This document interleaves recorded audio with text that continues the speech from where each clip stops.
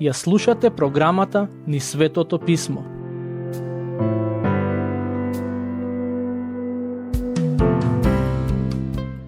Дали знаевте дека според Светото Писмо постојат два видови на мудрост? Едната е наречена демонска, а другата небесна. За ова читаме во посланието на Јаков, каде покрај другото авторот ни објаснува која мудрост е небесна, а која е демонска.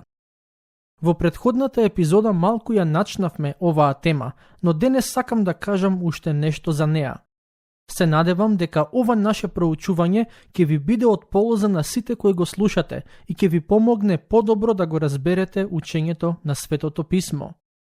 Во првите 3 глави од своето послание, Јаков пишува за начините на кои нашата вера се проверува дали и колку е цврста и искрена. Еден од тие начини на кои Бог ја проверува нашата вера се неволите и страдањата. Тоа не значи дека Бог е причината за страдањата во нашите животи, но тој ги дозволува со одредена цел. Јаков вели дека ако ги истрпиме страдањата со вера, тие во нас ќе произведат трпеливост. Но Јаков пишува и за искушенијата, односно ситуациите кога на верниците им се нуди некаков грев. Тој јасно ни дава до знаење дека таквите околности не се последица од Божјото дејствување, односно дека Бог не ги искушува луѓето со гревот, туку изворот на тие искушенија е нашата похота, односно нашата телесност. Во втората глава од посланието, Јаков пишува за односот кон луѓето како еден вид на тест за верата. Тој им вели на примателите на посланието дека нивната вера не треба да биде пристрасна и при тоа како пример го користи односот на верните кон богатите и сиромашните.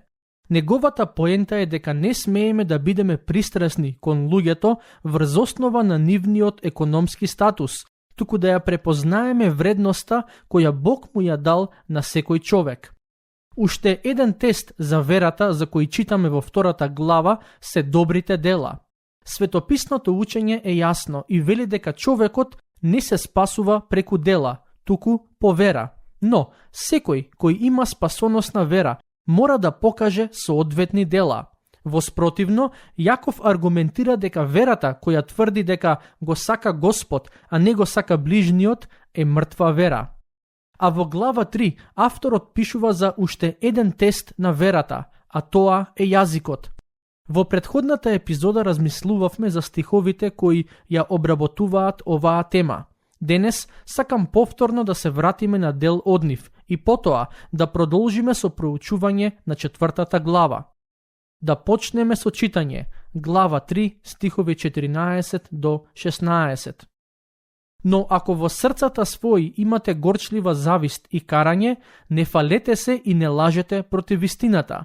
Тоа не е мудрост која доаѓа озгора, туку земна, душевна, бесовска. Зашто каде што има завист и карање, таму има неслога и се е лошо. Во писмото јасно ни е кажано дека Бог не е извор на кавгите, неслогата и хаосот. Кога има такви појави во едно семејство, во едно пријателство или во црквата, можеме да бидеме сигурни дека тоа не е од Бог, туку е еден вид на демонско влијание. Сиот хаос кој го гледаме во светот е директна последица на демонското влијание кое се пројавува преку одговорните водачи на државите. Но главната поента на Јаков тука не се кавгите и хаосот кои се присутни во светот, туку оние кои ги има во црквата. Да, и во црквата, за жал, некогаш се јавува неслога и затоа Јаков ги предупредува своите читатели да знаат дека тоа не е од Бог. Стих 17. А мудроста што иде озгора е најнапред чиста, а потоа мирна, кротка, покорна, полна со милост и добри плодови, непристрасна и нелицемерна. Мудроста што доаѓа од Бог е најнапред чиста, односно не е извалкана од гревот. Таа е и мирна, кротка, покорна и слично. Ако сакаме да уживаме во сите овие благослови и доблести кои Јаков ги набројува, потребно ни е да ја бараме и да се водиме според Божјата мудрост. Стих 18. Плодот пак на правдата во мир се сее од миротворците. Сега кога доаѓаме до крајот на глава 3 од ова послание, мора да имаме на ум две нешта. Првото е дека Божите деца треба да изговараат зборови кои ќе ги благословат луѓето околу нив. Бог ви го дал јазикот и слободата на говор за да ги ползувате за добро, да ги охрабрите, поттикнете и изградувате оние кои ве слушаат. Ако досега сте се нашле во ситуации кога тоа не било така, барајте од Бог да ви прости што сте повредиле некого со вашите зборови, но и барајте да ви даде сила од овој момент да постапувате поинаку. Второто нешто кое би било добро да го имаме на ум е поврзано со стихот кој предмалку го прочитав. Јаков пишува дека плодот на правдата во мир се сее од миротворците. Во превод ова значи дека ако сакаме да сееме мир таму каде што Бог не поставил, мора прво да живееме праведно, односно мора во секојдневието да се водиме според мудроста која ни е дадена во Светото Писмо. Верувам дека на многу луѓе им се допаѓа идејата за мир, но малкумина се оние кои се подготвени да го сторат тоа што е потребно за да имаат и шират мир, а тоа е да му дозволат на Бог да ги води во нивните одлуки, зборови и дела. Сега доаѓаме до глава 4 од посланието на Јаков. На почетокот од оваа глава читаме за уште една важна тема, а тоа е световноста. Не знам дали сте го слушнале зборот световност предходно и дали го разбирате неговото значење, но почетните стихови од глава 4 ќе ни разјаснат за што всушност станува збор. Да почнеме со читање на текстот. Стихови 1 и 2. Откаде се војните и расправиите меѓу вас? Не оттаму ли од вашите похоти, кои се борат во органите ваши? Пожелувате и немате, убивате и завидувате, и не можете да добиете, се препирате и војувате, а немате, бидејќи не се молите. Световноста е начин на однесување кој влече корен од вредностите на грешниот свет во кој живееме. За жал, таквиот начин на однесување може да се појави и помеѓу христијаните, односно и во црквата. Во минатото, во некои поконзервативни црковни кругови, се верувало дека световност е кога луѓето гледаат одредени филмови, слушаат одредена музика, танцуваат на секуларна музика, гледаат одредени телевизиски програми и слично. Иако овие активности може да опишуваат световен начин на размислување и живеење, сепак световноста е многу повеќе од тоа што човек гледа, каква музика слуша, дали танцува и слично. Некои христијани ја поврзуваат световноста со пријателите, односно веруваат дека христијаните кои се дружат со лошо друштво се виновни за световност. Мислам дека Јаков не би се согласил во целост со таквиот заклучок. Сум слушнал и такво објаснување кое вели дека луѓето според нивните разговори можат да се препознаат дали се световни или не. Иако во одредена смисла тоа може да биде вистина, сепак не е целата вистина. Сите овие нешта кои досега ги набројав, кои во некои црковни кругови се поврзуваат со световноста, може да бидат симптоми на световноста, но сами по себе тие не се световност. Јас би рекол дека световноста е начин на размислување и вреднување на нештата и луѓето околу себе. Забележете како во стиховите кои предмалку ги читавме, Јаков не пишува толку многу за одредени начини на однесување, колку што пишува за желбите и мотивите во срцата на христијаните. Ова е нешто кое мора да го разбереме, доколку сакаме да имаме правилна перспектива на некои начини на однесување кои за жал се присутни и помеѓу христијаните. Имено, Светото Писмо не учи дека главниот проблем кај луѓето не се нивните зборови или нивните дела, туку гревот кој лежи во нивните срца. Со други зборови, нивните зборови и нивните дела се грешни затоа што во нив има грев. Кога во животот на еден верник има световност, односно се води според вредностите на овој свет и живее спротивно на Божјата волја, коренот на проблемот е во срцето, а грешните зборови и дела се само плодот кој излегува на површина. Во овие стихови кои ги прочитавме, Јаков пишува за световноста која е присутна помеѓу верниците во црквата. Светото писмо не учи дека еден ден Христовата црква ќе биде совршена, а тоа ќе се случи кога конечно сите христијани ќе бидат во присуството на својот Спасител. Но, дотогаш, црквата ќе биде тука на светот, каде се уште ќе се бори со гревот. Се додека е тука на земјата, црквата ќе има предизвици, борби и искушенија. Не би сакал да ме сватите погрешно, ова не го велам за да оправдам нечие грешно однесување, туку само да се подсетиме дека црквата не е совршена. Не само Јаков во своето послание, туку сите новозаветни книги јасно ни даваа до знаење дека црквата е составена од луѓе кои се уште се борат со злото во себе. Во првиот стих од оваа глава, Јаков пишува за војни и расправи помеѓу христијаните. Не станува збор за буквални војни, туку за кавги кои се појавиле помеѓу оние кои имаат иста вера и ист Спасител. Тој ги прашува примателите на ова послание: од каде се војните и расправиите помеѓу вас? Знаете, кога помеѓу луѓето има некакви несогласувања и расправии, најчесто едната страна мисли дека другата страна е виновна. Но Јаков им дава поинаква перспектива. Тој вели: имате војни и расправии затоа што во себе имате похоти, односно грешни желби според кои се водите. Со други зборови, Јаков не им вели дека помеѓу нив има расправии затоа што едната страна е виновна, туку затоа што сите се виновни бидејќи се водат според телесноста. Во претходната епизода размислувавме за тоа како постојат два вида на мудрост, небесна и демонска.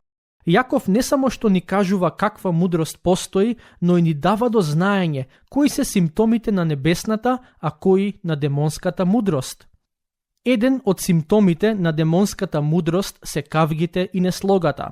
Во стиховите кои ги прочитавме, тој повторно пишува за кавгите и неслогата и не подсетува дека тие се резултат на дејствувањето на гревот во и преку нас.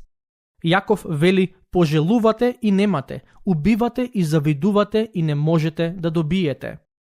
Со други зборови, дел од оние на кои Јаков им пишува беа спремни да направат се што е во нивни сили за во црквата да го добијат тоа што го сакаат, односно за нештата да бидат понивно.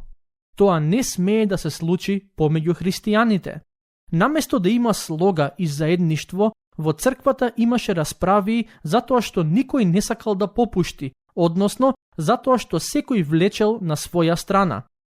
Кога такво нешто се случува помеѓу христијаните, било да е во семеен, пријателски или црковен контекст, тоа е ужасно сведоштво за црквата. Замислете да сакате да посетите некоја локална црква и кога ќе влезете во црковниот храм да забележите христијани како се расправаат. Зарем не би биле разочарани од таа гледка? Кога такво нешто се случува помеѓу браќата и сестрите по вера, можеме да бидеме сигурни дека барем во одредена смисла завладеала демонската мудрост. Сосема нормално е во светот да има кавги и расправии. Ако пуштите вести, сигурно ќе забележите како политичките партии постојано се расправаат и обвинуваат едни со други. Кога ќе пуштите некоја забавна програма, ќе забележите дека шоут звездите често даваат негативни коментари еден за друг. Ако пуштите спортска програма, ќе забележите дека и помеѓу спортистите има кавги и расправии. Но црквата мора да покаже поинаков пример. Луѓето од светот се навикнати да гледаат кавги и расправии, и ако истото нешто го забележат и во црквата, тогаш во што се христијаните поинакви? Каде е примерот за Христовата љубов ако црквата е иста како и светот? Ако црквата на луѓето им нуди световност во форма на кавги и несогласувања, тогаш таа сигурно застранила од својата главна мисија и цел. Стихови 3 и 4. Просите, а не добивате, зашто зло барате, за да го трошите во вашите похоти. Прелюбодејци и прелюбодејки, не знаете ли дека пријателството со овој свет е непријателство на Бога? Зашто кој сака да му биде пријател на светот, му станува непријател на Бога. Ова се навистина тешки зборови, зарем не? Јаков им се обраќа на оние кои му се браќа и сестри по верата и ги нарекува прелюбодејци и прелюбодејки. Тоа не значи дека не ги сака, туку дека толку многу ги сака што е подготвен да ги соочи со гревот во нивните срца. Зошто ги нарекува со овие зборови? Одговорот е поради нивната световност. Тој вели, не знаете ли дека пријателството со овој свет е непријателство со Бога? Мислам дека ова е една од најдобрите дефиниции на световноста. Тоа е пријателство со светот, со неговите начини, со неговите вредности, со се што светот промовира. Во светот е сосема нормално секој да ги гледа своите интереси и да инсистира нештата да бидат по негово, но во црквата тоа не смее да биде. Христијаните не треба да инсистираат нештата да бидат по нивно, туку онака како што Бог сака. Се чини дека овој стих не соочува со важен избор, а тоа е следниот.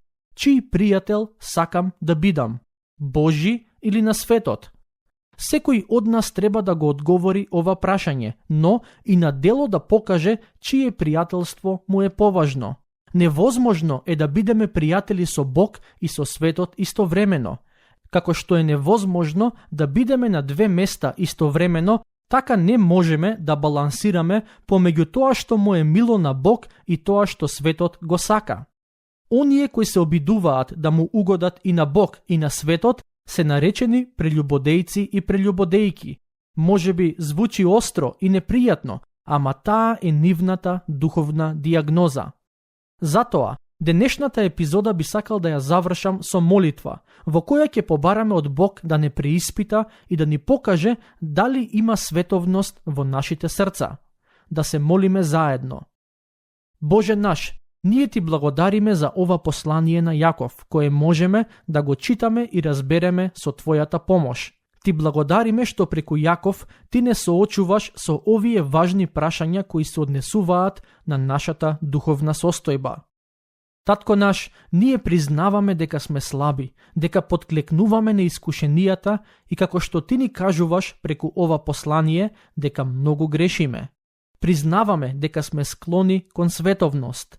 Затоа те молиме денес да ни покажеш дали во нашите срца има световност и во која форма таа световност се пројавува. Во кои аспекти или меѓусебни односи таа световност е очигледна во нашите животи. Боже, те молиме да ги очистиш нашите срца од неа и да ни помогнеш верно да чекориме по Твојот пат. Те молиме да ни помогнеш да се водиме според Твојата небесна мудрост, која е чиста, кротка и полна со мир. Во името на Твојот Син, Исус Христос, ги бараме овие нешта. Амин. Тука ќе ја завршиме денешната епизода. До следниот пат, Бог нека ве благослови.